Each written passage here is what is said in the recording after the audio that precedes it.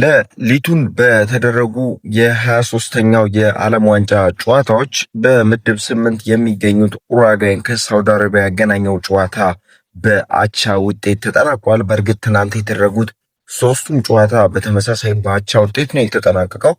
ኡሩጓይና ሳውዲ አረቢያን ባገናኘው ጨዋታ ሁለቱ ሀገራት ባደረጉት ጨዋታ ጎሎቹን ማስቆጠር የቻሉት ተጫዋቾች በ41ኛው ደቂቃ አልአሚር ጎል አስቆጥሮ ሳውዲ አረቢያን መሪ ማድረግ ቢችልም በ80ኛው ደቂቃ ላይ ማክሲሚሊያኖ አራሆ ኳስና በረምን አገናኝቶ ሀገሩን ከሽንፈት መታደግ ችሏል።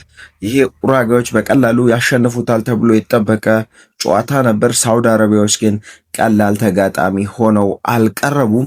ከጨዋታው 1 ነጥብ ማግኘት ችለዋል ሳውዲ አረቢያዎች። የጨዋታው የመሃል ዳኛ አንድ ቢጫ ካርድን መጠቀም ችለዋል።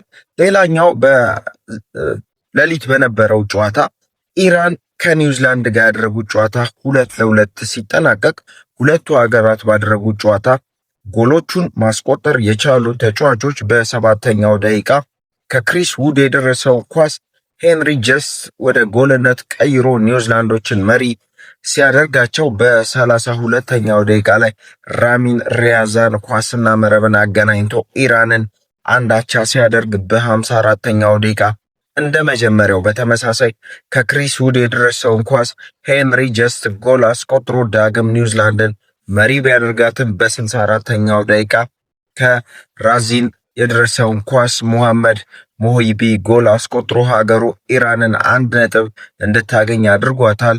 ኢራን አሜሪካ ላይ ይህን ጨዋታ ካደረገች በኋላ ወዲያው ከጨዋታው መጠናቀቅ በኋላ ወደ ጎረቤት ሀገር ሜክሲኮ ሄዳ ነው መታርፈው። በጨዋታው የመሃል ዳኛው አንድ ቢጫ ካርድን መጠቀም ችለዋል። የዛሬን እዚህ ጋር አበቃን። ቻናላችንን ሼር፣ ኮፒ ሊንክ፣ ሪፖስት ይደረግ። መልካም ቆይታ